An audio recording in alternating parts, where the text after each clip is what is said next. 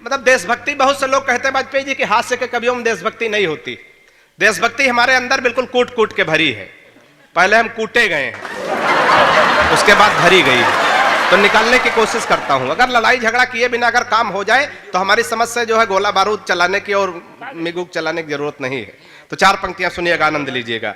किसको कहां भेज दिया जाए तो मामला संपन्न हो सकता कि हिंदवाले शेर पाक जाके जो दहाड़ देंगे, गीदड़ तुम्हारे ये बेचारे मर जाएंगे। हास्य के माध्यम से देशभक्ति कि हिंदवाले शेर पाक जाके जो दहाड़ देंगे, गीदड़ तुम्हारे ये बेचारे मर जाएंगे।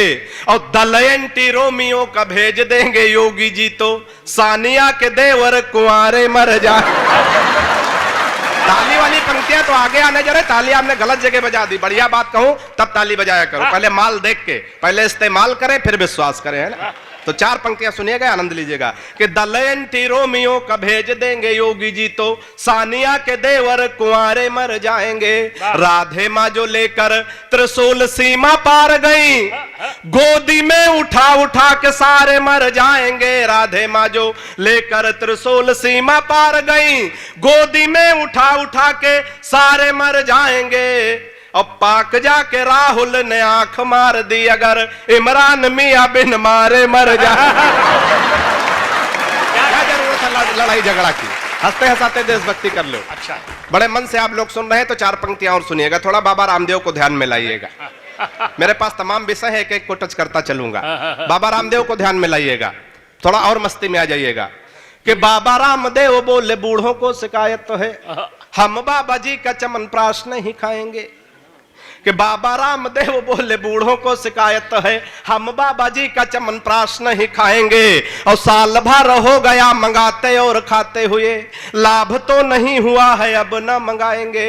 मैंने कहा बाबा एक बदलाव कर देखो, हमारी सलाह अगर बाबा के लिए उचित बैठ जाए तो इस बार तालियों का महोत्सव करना, आनंद लेना।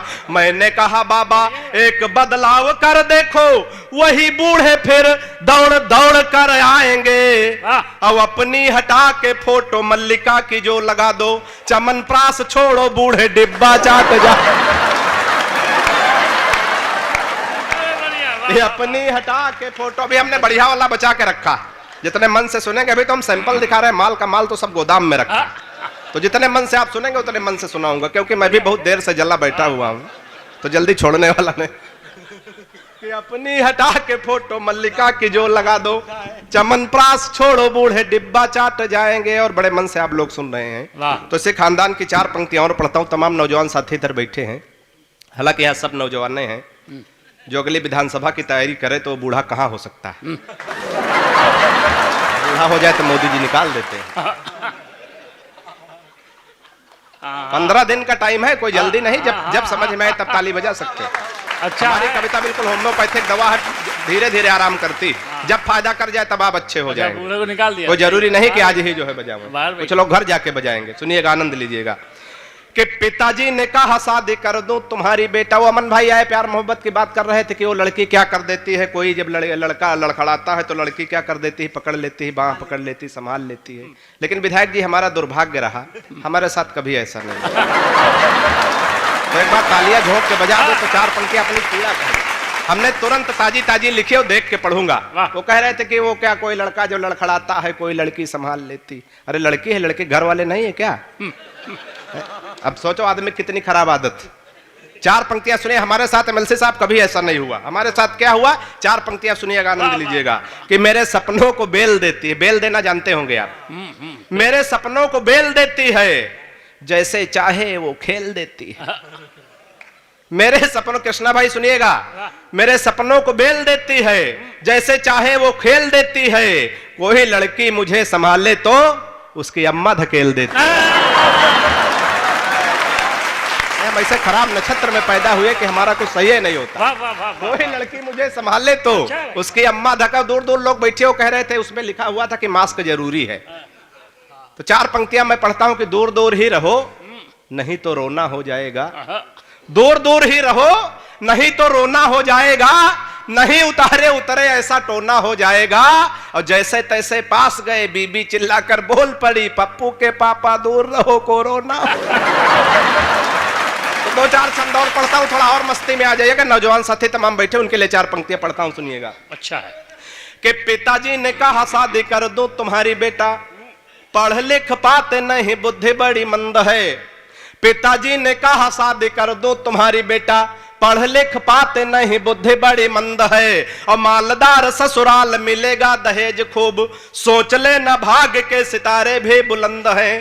फिर बोले बेटा लड़की मुझे पसंद आई, सीधी भोली भाली है न कोई छल छंद है। फिर बोले बेटा लड़की मुझे पसंद आई, सीधी भोली भाली है न कोई छल छंद है।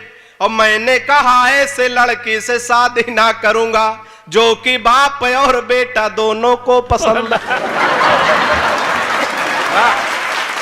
मैंने कहा ऐसे लड़की, मजा आ रहा? और पढ़े कि जाए? हाँ तो बताए रहिएगा। 4 पंक्तियां और हाँ। 4 देशों के लोग गुरुजी बैठे थे, एक जापान का, एक रूस का, एक चीन का, चौथे हम। इत्तेफाक था भारत का प्रतिनिधित्व तो हम कर रहे थे। वो समय था कि जब बौखल कर रहे थे, आज तो बुद्धिमान कर रहे हैं। तो 4 पंक्तियां सुनिएगा, क्या बात होती कैसे होती। कि जापानी बोला मेरे यहां तकनीक देखो, हथियार बना भेजते हैं विश्व विभाग से ताली आनी चाहिए। कि जापानी बोला मेरे यहां तकनीक देखो, हथियार बना भेजते हैं विश्व भर में।